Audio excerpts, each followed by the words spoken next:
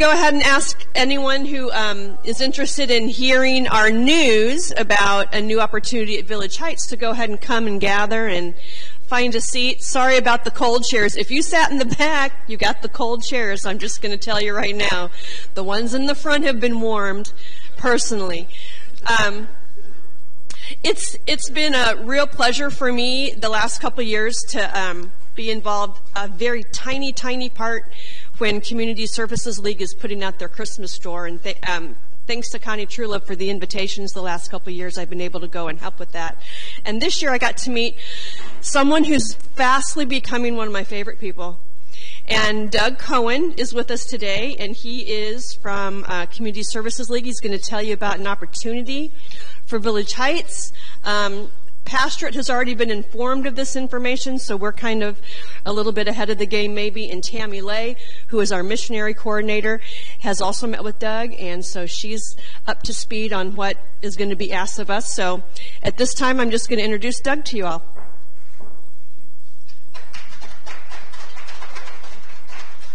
Good morning. How is everybody? Normally I'm a walker and a talker, but I understand we're recording, so I will do my best to stay within my little box right here. Normally on Sunday mornings, you would find my family and I at St. Mark's Catholic Church on Lee Summit Road, and typically, as is here, the only places left are in the front pew, so good to know that's not just a Catholic thing. I would be remiss not to ecumenically wish all of you a happy Lent. I know this is our first Sunday of Lent, and we celebrated Ash Wednesday, and so whatever you're looking for in Lent, I hope you find it, and I hope it is a time of prayerful reflection. And so I want to thank Sharon and Tammy for the opportunity to come today. And when I get the chance to talk about CSL or talk about a specific project or request, I never like to drag it out to some big conclusion. So I always like to kind of start with the punchline, and then I'll work backwards. How about that? We are working in coordination with Mid-Continent Public Library to transform, just right around the corner here, the old Fort Osage Early Childhood Education Center, which backs up to 24 Highway right behind the State Farm Agency, just a few ticks that way. Working to transform that into a community betterment project that will be a new Mid-Continent Public Library branch, as well as CSL Food Pantry to better serve families in Northeast Independence and the Jackson County area out here.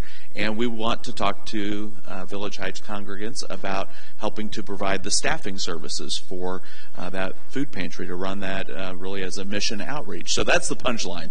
And now I think it would be appropriate for me to kind of work backwards and tell you how we got here. Most of you are familiar with Community Services League. If I say that, most people nodding heads. This is our 103rd year of serving families in Independence and Eastern Jackson County. And I promise you, I will only cover the last 6 months and maybe not the first 102 and a half years. But most of you know that we are the primary safety net provider for families in Independence and Eastern Jackson County. We are anchored by our primary office, which is on Nolan Road, just to the north of the bus transit station, the police station right there. And we have additional offices in Independence. We run a small little food pantry in coordination with Fairmount Christian Church at 8th and Hardy in far northwest Independence, just a little bit south of 24 Highway in Hardy. We have a location in the basement of Christ United Methodist Church at 39th and Phelps. We, as of recently, a couple years ago, we have quite an expansive array of services that we are providing to our neighbors at Hawthorne Place Apartments, which is just south here on 24 Highway. We actually, I think, have 8 or 9 full-time staff people that are there providing a variety of services. So we do a lot in Independence. Additionally, we have offices in Blue Springs, Green Valley, Oak Grove, Buckner. We have a small office in Excelsior Springs. We serve people from all over the metro area. So that's you're familiar with CSL. I think it'd be important to put into context for you sort of our intersection with Community of Christ. And that relationship has been in place for decades and decades, but it really took that relationship to another level in the I'm going to say the mid to late 1980s. Many of you might remember that Community of Christ had a formalized social services outreach program. And my colleague, Bruce Bailey, who some of you might know, Bruce and his family attend Summit Grove congregation. Bruce staffed that outreach for Community of Christ. And at some point, it became a natural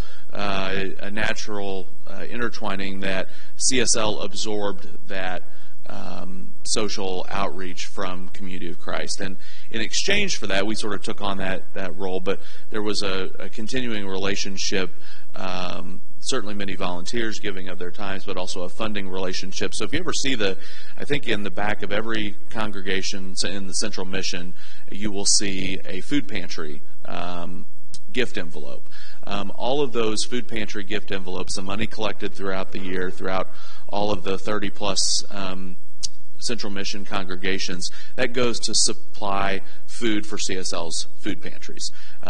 We get our food. We move about 1 million food items a year throughout our locations, and we simply couldn't do it without Community of Christ. And so I'll certainly be remiss not to thank all of you for your continued support, the other congregations.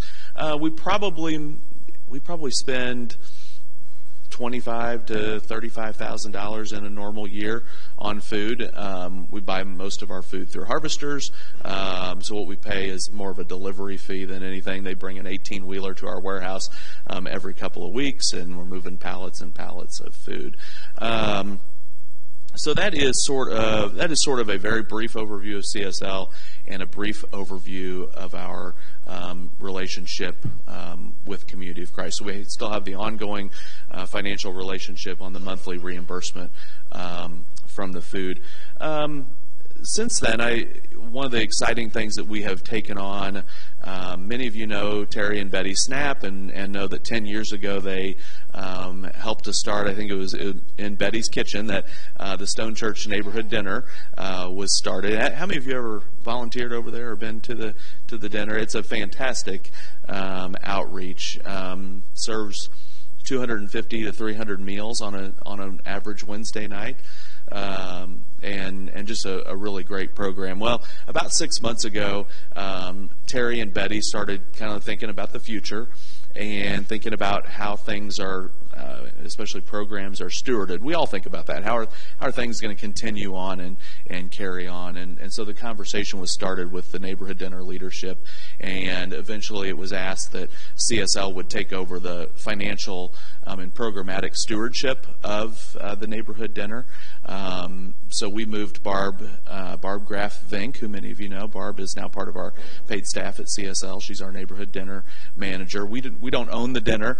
The concept is still owned by Stone Church, but we signed an MOU with Stone Church at the end of the year that we would take over all of the staffing and all of the food supplying and all the other things associated with it, so that there could be that sort of corporate, if you will, corporate backing to make sure that dinner was well stewarded. So we now run that program in partnership with Stone Church. So just many ways that CSL and Community of Christ have interfaced and continue to work together, because obviously we share so many shared values.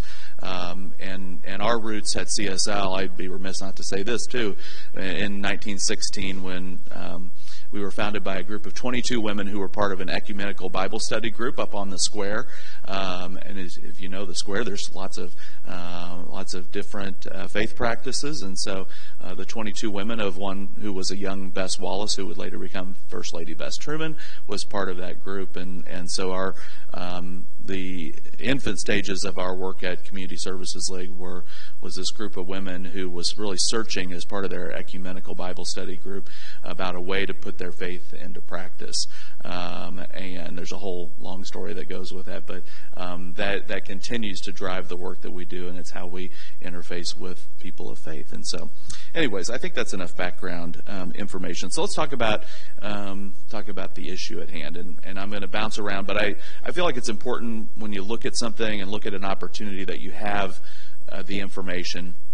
And I do have some literature that I will pass out eventually, but I've learned enough that if I pass literature out, I'll lose everybody's attention. So bear with me while I just kind of talk through this. So from a practitioner's standpoint, we know at CSL we practice a concept that we call neighborhood social services. If you go to our offices anywhere, mostly they are in pretty dense housing areas. And they're in areas where people might be able to walk and easily transport themselves and easily avail themselves to social services. And we do that so that we can connect with people. We find that the geography of where we are at is really important. And while I don't have specific data points to back up this claim, I'm sure this won't surprise you.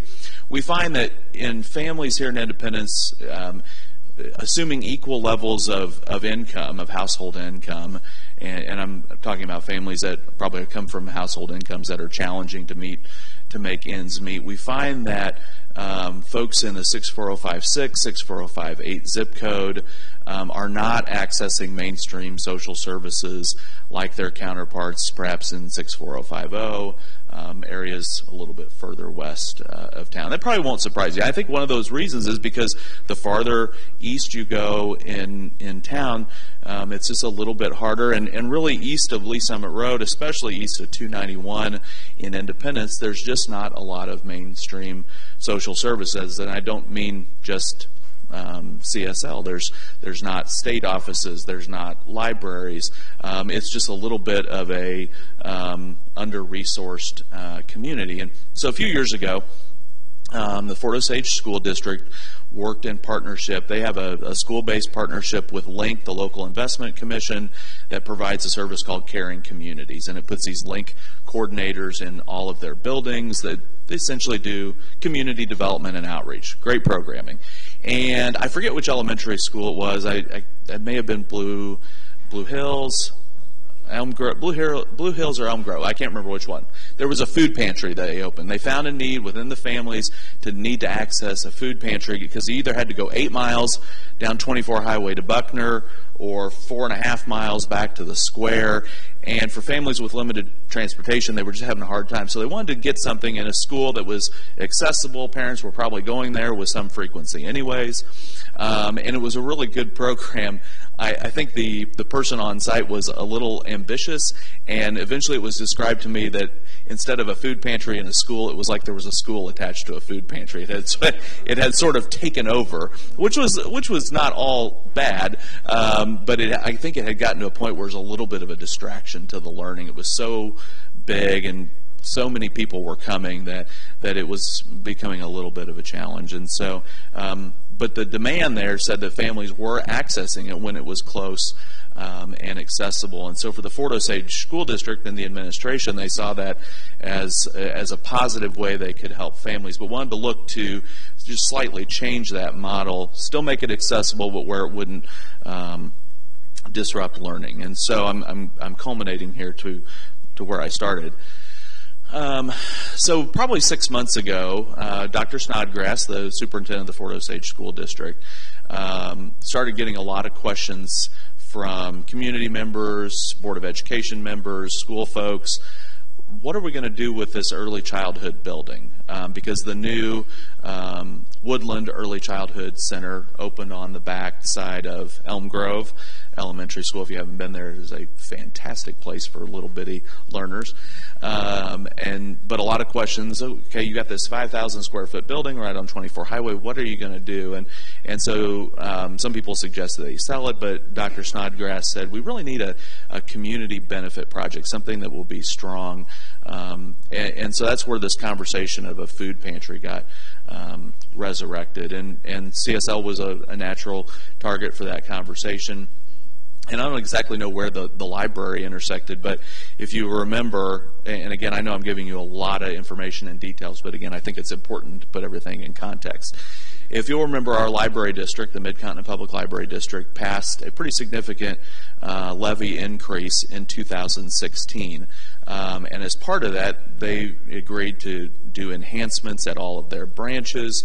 They were going to build a few new ones. I think they had committed to a new East Independence branch, a new North Lee Summit branch. They're building, if you know, on the new auditorium on the south side of the Midwest Genealogical Center on Lee Summit Road, doing lots of things. And so they needed to kind of start putting an idea of what they wanted to do for their East Independence location. So all of this synergy kind of came together and so the library said, well, why don't we open up in there? Why don't we give this a test run? And so we came to an agreement that this 5,000 square foot building, the library would renovate about 3,500 square feet for brand new library branch on a 3-year trial basis to kind of see what demand was before they made commitments on whether or not they stayed there permanently or maybe built something new on this part of town. And then the other part would be operated by Community Services League, would be a food pantry to support, again, Northeast Independence, Northeast Jackson County, folks in the Fort Osage family. And so we've kind of moved that conversation. And so the request is that we want, I don't exactly know how it even, we zeroed in on Village Heights, but that's why I think it had something to do with Connie. Well, she didn't necessarily raise her hand, but people were talking. I think her ears must have been burning. Jeff Benson, who some of you may know, Jeff is our board treasurer. And I think Jeff occasionally attends here, so that may have been where the conversation started, and then we ramped up the conversation around December. And so I will talk here in a minute about what that staffing opportunity looks like, but let me give you just a little update on the progress. So there is a contract that I think that CSL and the library in Fort Osage are signing this week to go to approval for the Board of Education to repurpose the building. Things kind of ramped up a little bit in a very good way because Community Services League was selected by Comcast for their Comcast Cares Day. Some of you might have seen this on TV. Comcast employees do a huge service project. 100 or so employees will do something. They then video it up and package it. And if you're a Comcast customer, you'll see a little promo piece running for the next year about it. So they selected CSL, and we had pitched them on this idea to help refresh the building that we're talking about, the Early Childhood Education Center building. And so that is on May 4th. So in order to engage 100 people, and they're probably going to save us about $25,000 in terms of labor and things that will get donated like paint and landscaping and other construction materials. So we kind of had to move that conversation forward. So the library is working with J.E. Dunn Construction. That's who does all of their projects. We've got this Comcast thing going on May 4th. So, in fact, if you drive by this morning, things have really expedited. We've got a deadline of the end of next week, and all of a sudden there's a AAA dumpster out there, and the school district is clearing out all of the old things that are in there, getting it down to the shell. Demo will start late March or very early April. By May 4th, when we do this Comcast Cares Day, the walls are all supposed to be bare and ready to paint. So on May 4th, we're going to repaint the whole thing, get it up and ready, and then the balance of the summer will be the library finishing it off, CSL finishing our piece of it off, with a target of being open somewhere around July 1 or August 1. And so we're really excited about this opportunity. And so I think I've kind of hit on the timeline, things that have happened, and I hope you get a sense of kind of how this has come here. Our initial plan is to be open 1 day a week. All of our pantries, this would be CSL's, I think, our 15th location where we have services. Not all of those have food pantries, but for the ones that have food pantries, some are open 5 days a week, some are open 3, many are open 1, or even out in Buckner, where we're in the basement of the Community of Christ congregation in Buckner. I think we're open 4 hours on Wednesday mornings. They all look a little bit different. So I think we want to start with the approach where we would be open 1 day a week, and sort of take a go low, go slow attitude, and see what demand is and see how things are going. And so I know this is a lot to ask of a congregation to consider providing the staffing services, but I know in talking with Sharon and Tammy, I think there's some real excitement about this, and a real opportunity to be very impactful to families here in Northeast Independence. And so before I walk through what the staffing outline would look like, what exactly we would be asking of volunteers to help staff a food pantry operation, I'd be happy to answer any questions that you might have, just sort of how we got here today. Did I do that good of a job explaining it? Oh, okay, good. Well, let me do this. Hang on just a second.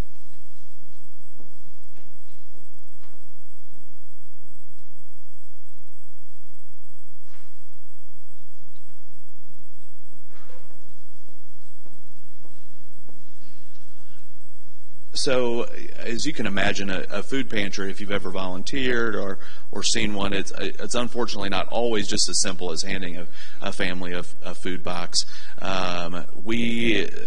Just to give you just a little insight about CSL's food delivery. So our primary partner is Harvesters. Harvesters connects us to several lines of product, to use kind of a business or retail term. A lot of that is just donated community food, which is easy to move.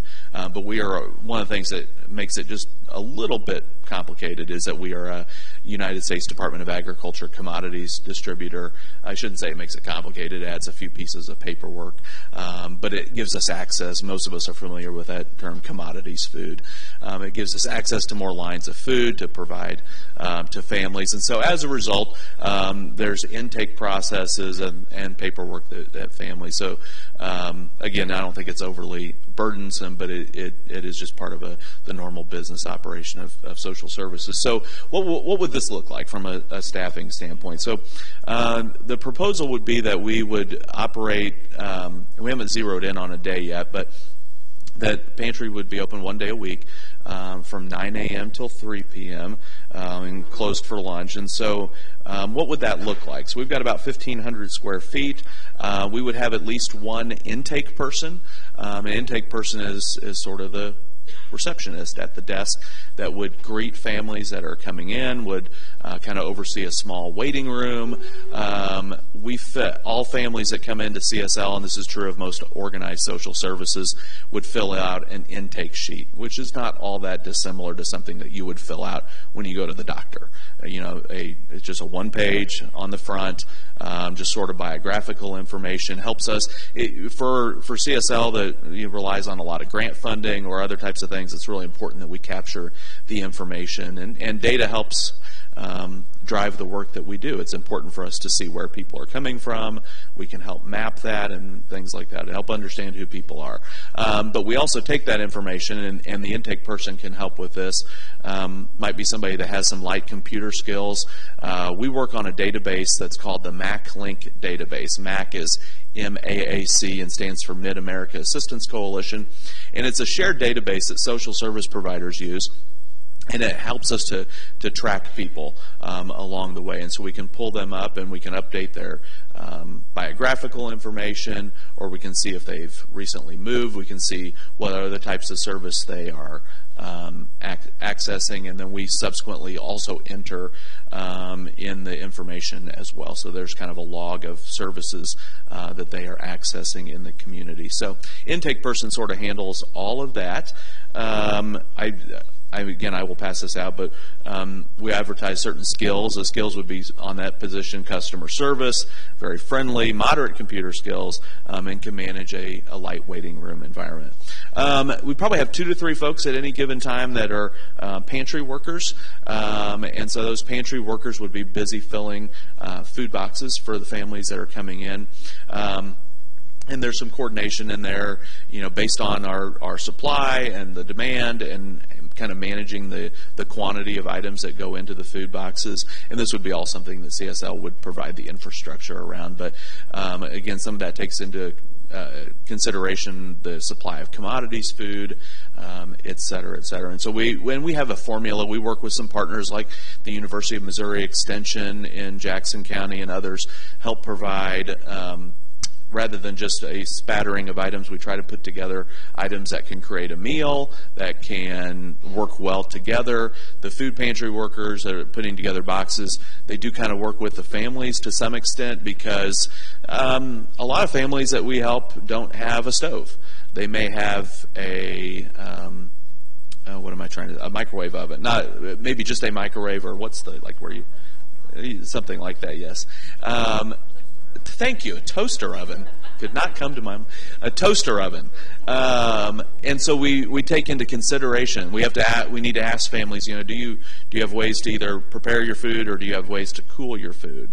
If we have folks that are street homeless, we provide them food items that we wouldn't want to send somebody out that required a can opener.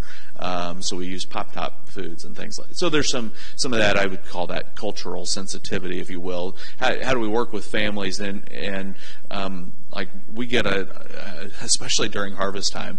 Have any of you ever heard of the term gleaning? Some of you have heard of. There's a whole. Everything's a thing. And there's a whole culture of gleaners all throughout the world. It's really a wonderful thing. And gleaning groups will go out and glean farmers' fields after the plows and combines and things have gone through, and they might be products that grocery stores might reject because they're perfectly good, but maybe they don't look like the grocery store would want it. Anyways, I always kind of joke, the gleaners, they bring us great stuff, but sometimes it's obscure squashes that I look at and I don't even know what it is, and let alone know how to prepare it.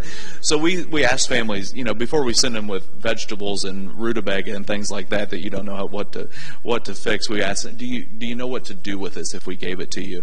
And if not, we can pull it back, or we can help them figure out how they might prepare it. Anyways, lest I digress. So these pantry workers help fill the boxes. For some folks, we may help them carry it to their car. Just generally a customer service. How can we be helpful to families? And in addition to directly filling food boxes, there's, product is always on the move. So it's coming in, it's going out, we're restocking shelves, we're inventorying. And we probably look for also, as part of the staffing model, we would look for a driver. Because of our relationship with harvesters. Have any of you guys ever been to harvesters? Several of you have. The big facility off of Van Brunt and Topping, and they offer a program throughout the week in the mornings called Shop the Floor.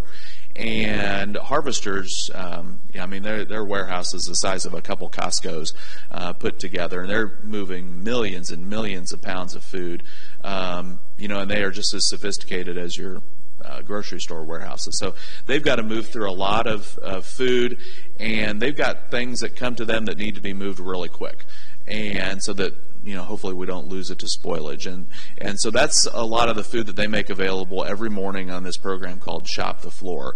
And it's kind of random, but a lot of times it's bread, a lot of times it's produce items, it's dairy items, really good stuff that's good and good for families, but it simply doesn't work well for harvesters to load it up on an 18-wheeler and move it around. It's better if to get volunteers directly down there. And so we would probably like to identify somebody that each week could start the day, and so this would be probably an early riser, maybe somebody with a truck or minivan that can load up, maybe find a partner to go with them. But it's really, to be honest, it's a very fun experience because it's like hitting the jackpot. It's exciting to what you go down and get.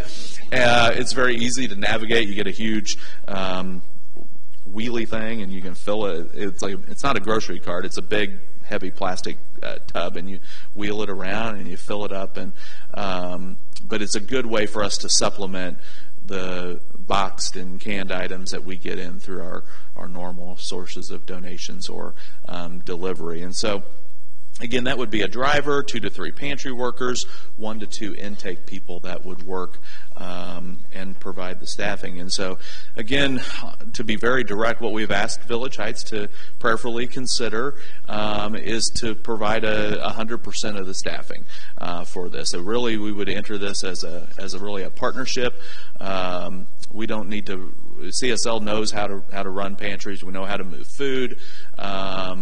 But we need help. We need, CSL has about 60 or so paid staff that work in a variety of functions, and we have about 250 recurring volunteer staff that man what we call a recurring shift. That may be 1 day a week, 1 day a month, a few hours here, a few hours there, but it takes an army of folks to make this run. And so we would love to have kind of a central point, a central group of volunteers, and I think the opportunity with Village Heights is really exciting. And so I would just say thank you for giving consideration to this. We think this would be a fun project to venture in with you guys. And so now I would, based on anything I've said, be happy to take questions. Yes.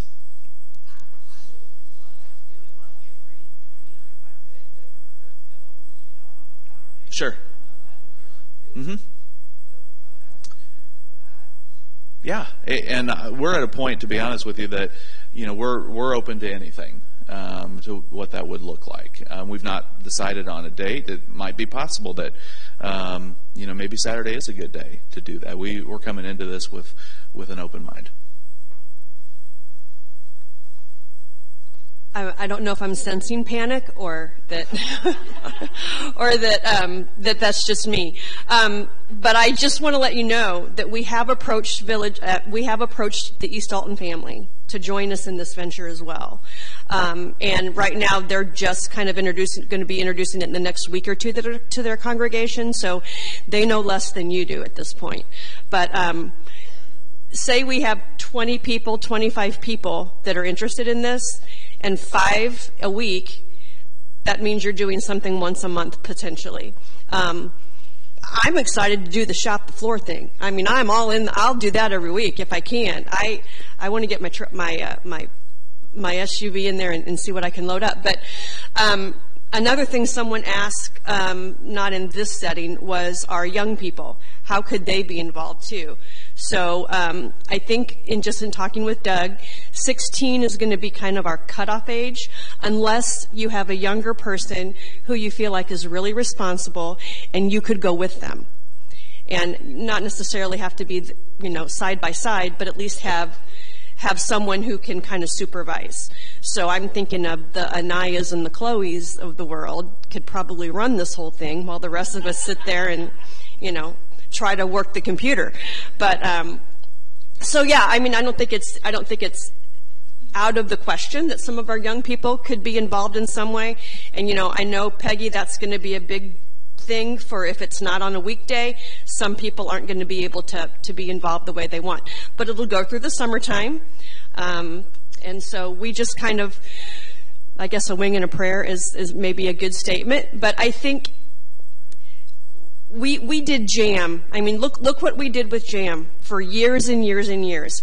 And our congregation is changing now. And so maybe we're needing that missionary tool to be a different look than it was when we were so super active in JAM. So I'm even hoping down the road, and Tammy and I have talked about this, that maybe some other congregations close to us that aren't Community of Christ congregations would want to join and help us out too.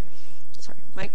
I'm trying to remember the name of the church that's just next door to Randall. I think it's St. Mark's. Is that St. Mark's United Methodist?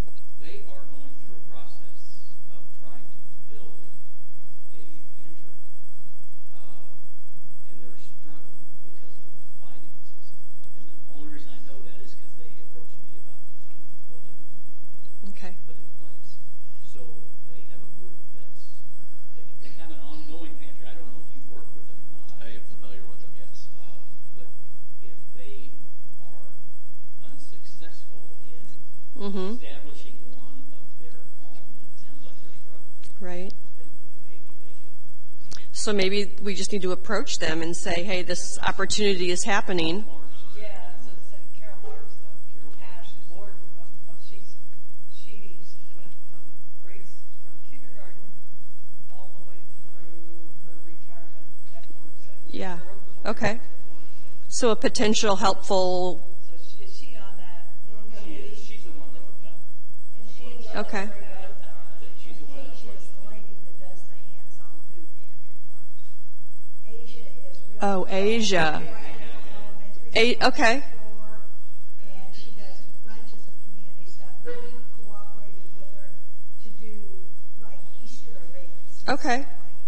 Plus, Church of Nazarene has a lot. Church of the Nazarene has a lot. So I don't know. I just think this is our starting point, and it can grow into however we feel like we want it to grow. I know when the bag ladies meet, it's just not our people now. We've got some others. So anyway, I'll let Doug talk about it.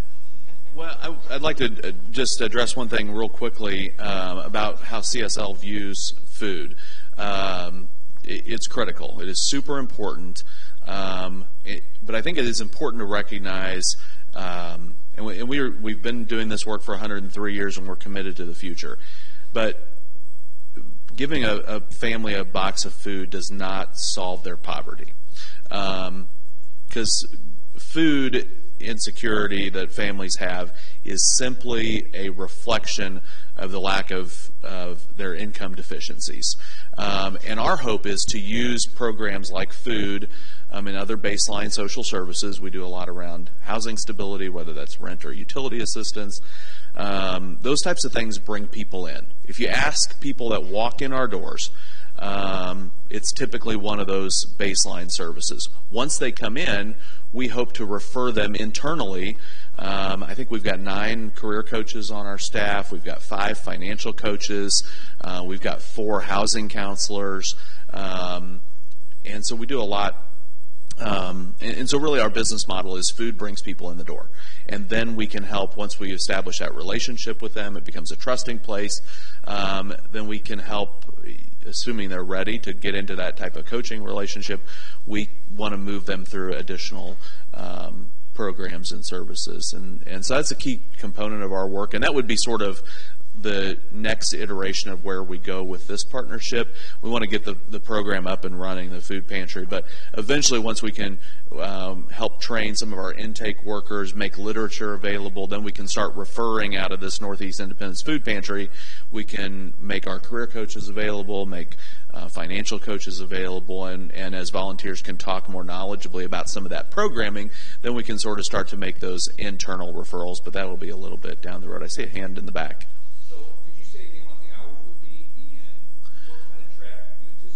Yeah, those are 2 really good questions. Everything is negotiable. We want to, if you're going to do things as a partnership, we wouldn't want to just dump this on you and say, okay, here's what you're going to do, when you're going to do it.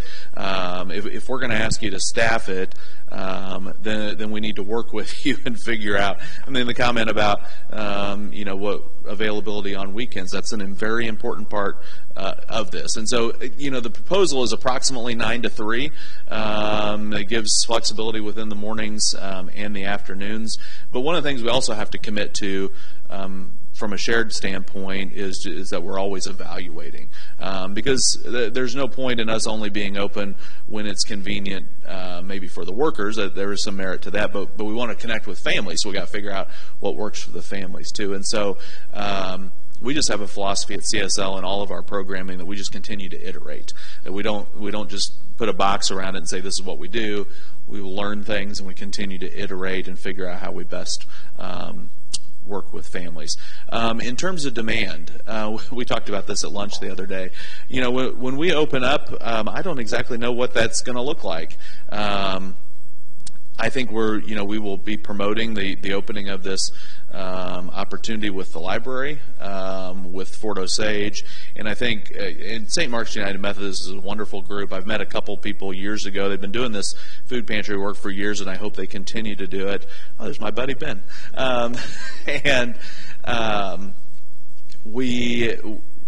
I hope they continue that work, but I think one of the things that will be an opportunity here is this will be in partnership with Fort Osage School District, because they will continue to own the building, and so they will, among the Fort families, help to drive awareness about this opportunity. So who knows? The first month we might be open, we may not have a lot of foot traffic. I don't know.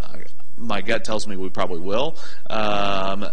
To give you some context, like at the Nolan Road, at CSL's Nolan Road office, there have been times where we've moved upwards of 80 families a day through the food pantry, 40 in the morning, 40 in the afternoon. So I wouldn't probably expect that high of demand.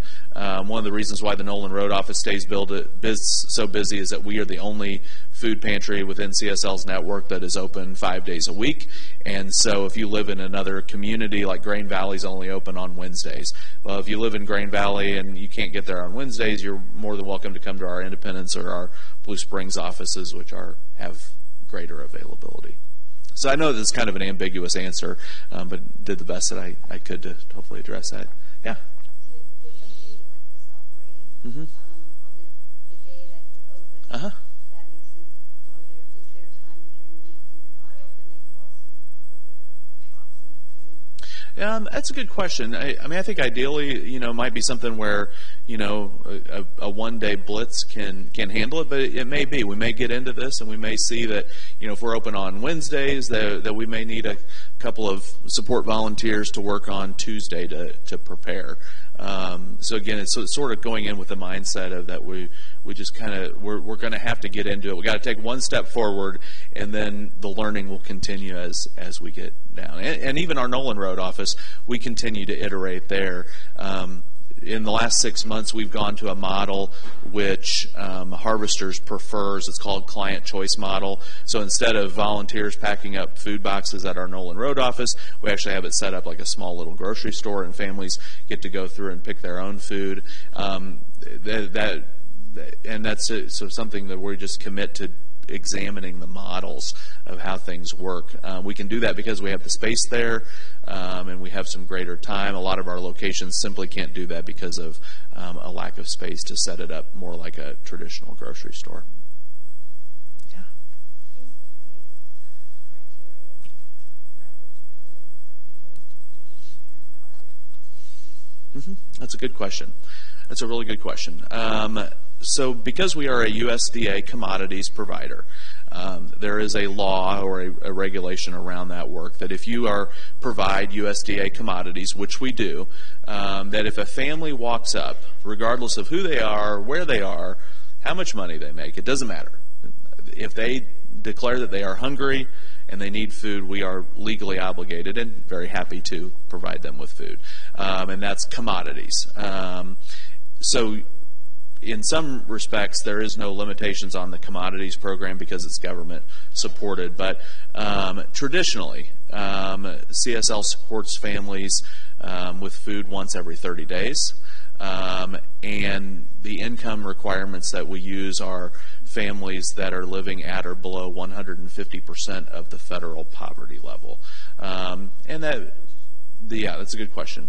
So 100% of the federal poverty level for a family of 4 would be roughly, if they're living on $24,000 or less a year. So 150% of that, would be roughly in the neighborhood of $32,000 or less a year that a family lives. And I will tell you that most of we rarely have to have that discussion. And quite frankly, it's a discussion we don't want to have. Because if you think about it, for a family, it can be a very humbling experience to, say that I need to turn to somebody else for assistance and I'm walking in a door asking for help.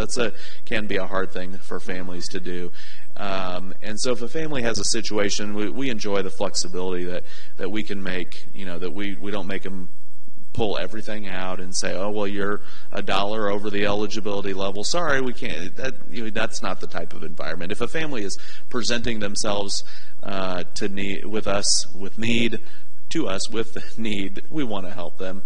And I always get the question, Of course, I am sure that there is some fraud in our industry, like there is fraud in every industry. But the overwhelming majority of folks, if somebody is choosing to fraudulently live off social services, it's not a particularly glamorous life to live anyways. In terms of having to rely on the assistance of others. So I used to worry about that 10 years ago when I started at CSL to make sure that we were, providing all these, and as I've grown older, I don't worry about it at all, because if a family needs help, they need help, and food is so easily obtained. There's so much food out there to be moved and captured, so it thankfully ends up being, for most of the time, a non-issue. Correct. Now, if somebody continually presented week after week, it's an art, not a science. And so, if a family kept coming back, we may need to have a conversation, because we do have to have some equity among who, how often you can get food. But we enjoy the flexibility to be flexible with families. What about the workers? Are there any requirements or criteria for any of us that want to volunteer? Are there requirements for volunteers? Not particularly. Probably there would be some ongoing trainings for those who work as intake specialists. We would provide training in terms of accessing the shared MacLink database that I referenced earlier, and so a little bit of training. We do some ongoing quality control stuff with harvesters, where they, for example, they come out and do a variety of lessons. Like one of the things we have a really good discussion about with all of our food pantry staff is what food is still good. There's a difference between what grocery stores will put on their shelves, and sometimes if the is it an expiration date or is it a Best Buy date, and it may say Best Buy March 24th. Well, that doesn't mean on March 25th that it needs to be thrown in the dumpster.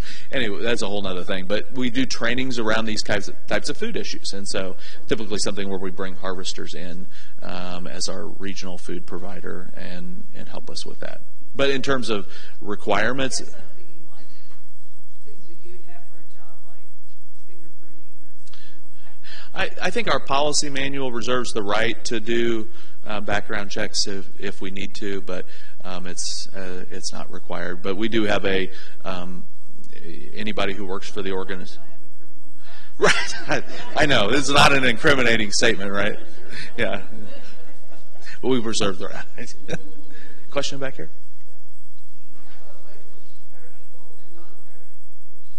Yes, we envision having refrigeration and freezing available. I know I've referenced this term commodities several times today, but the commodities market, and I'm not an economist or a government person, but commodities is really a byproduct of the government buying up food to stabilize markets. The benefit is that it provides a stream of food for families in need. And so we actually see a very big fluctuation. We're probably, I think, on an uptick with government commodities, but we're getting tons of government meat. And so we need freezer space, we need refrigeration space. CSL, I should mention, a big thing that we partnered with Community of Christ on several years ago when we built our brand new location, or then brand new location on Nolan Road. The World Hunger Fund, Community of Christ World Hunger Fund, made a grant of $50,000 to CSL to help build out our food pantry there, which included a walk-in refrigerator and freezer. I call it our Costco refrigerators and freezers. It has allowed us to really expand beyond the can and box food, traditional food delivery systems, and we've since been able to pilot a program with harvesters called Milk to My Plate. And so we get a delivery truck from Highland Dairy, just like you might see at Quick Trip or Price Chopper. And I think we order 150 half gallons of milk a week that go out through our Nolan Road pantry. So really a great program. I'm a big fan. We can't totally get away from the box and canned food model, but when we have refrigeration and freezer, we provide a lot more fresh produce, dairy products, and meat that could be really in terms of health benefits, packs a lot of good calories and good nutrition, as opposed to canned or box items, which unfortunately offer a lot of sodium and things like that. Other questions? So it is building ready. Yeah, so as I was alluding to earlier, it's going through demo right now, and it's going to be ready for this big Comcast Cares Day that's happening on May 4th. That day they're going to paint everything. We're going to re-landscape. We're going to build food pantry shelves, the shelving units, that day in the 4 or 5 hours that we're together. So on May 4th, there will be substantial progress made on it. But Mid-Continent Public Library, for the 60% of the building that they're taking, they'll have to bring everything in over the next, probably, that would be months of, May and June. They got a lot of, libraries are largely tech centers now, so a lot of wiring, a lot of computers. One of the exciting things is we're going to be able to have some shared space. So on the other side of the pantry, there's 3 sort of flexible office spaces that will be built out. So in the future, as we do start to move that forward, and we can make our career coaches available, our financial coaches in these shared private meeting spaces. And those types of meeting spaces are always valuable anyways. There might be somebody that walks in one day that just wants to talk to somebody in private because they may have something bad going on in their life. So we're anticipating being ready on or about July 1st. Yeah. We sure do. I think that would be a nice add-on to this. We lump that under, that certainly is part of food, but we also are very much interested in having a personal hygiene opportunity, a personal hygiene closet or shelf where we can provide families things that you might find in your bathroom. The challenge with those items is they tend to be very expensive compared to food items. And so actually when we solicit partners that are doing collection drives, they come to us with offering a food drive, and we try to redirect them to personal needs because it's by far our probably biggest unmet need. Things like toilet paper and other, shampoo and soap and things like that. The other big thing is if for families that are relying on support through food stamps, they are not able to use those assistance dollars to buy things like toilet paper or soap. And so oftentimes those are things that families forego. And so if we can help fill in any of those needs for them. So we view this pantry as hopefully being beyond food. But yeah, with formula, it's a great thing. Diapers, anything that we can help expectant mothers or new mothers with is really great. I think we are, look at that. My watch says it's 9, but I know it's 9:59. I think it's good. Yeah. Well, I just want to thank Doug for coming. I think maybe this is the first step in our conversation on how we want to proceed as a congregation. Maybe we want to have another meeting during adult class time so that we can kind of discuss it further and how we would use our body of people as a resource to Community Services League. I know Tammy's got tons of ideas and would go tomorrow if it was ready. So we want to thank Doug for coming. He's going to pass out some literature. He doesn't have something for every one of us, but if there's someone that doesn't get one and we can make a copy or two, just let us know. Yeah. I am also, what I've passed out in the papers here is this is just an overview of things that I mentioned about what type of staffing it would require. I'm also, because we had some extra copies, this is our kind of early 2019 newsletter. It provides a little recap on some of the things we did in 2018. This went out with our year-end tax receipts. So this was probably the most recent piece of news from a printed standpoint, so I'll pass these out as well.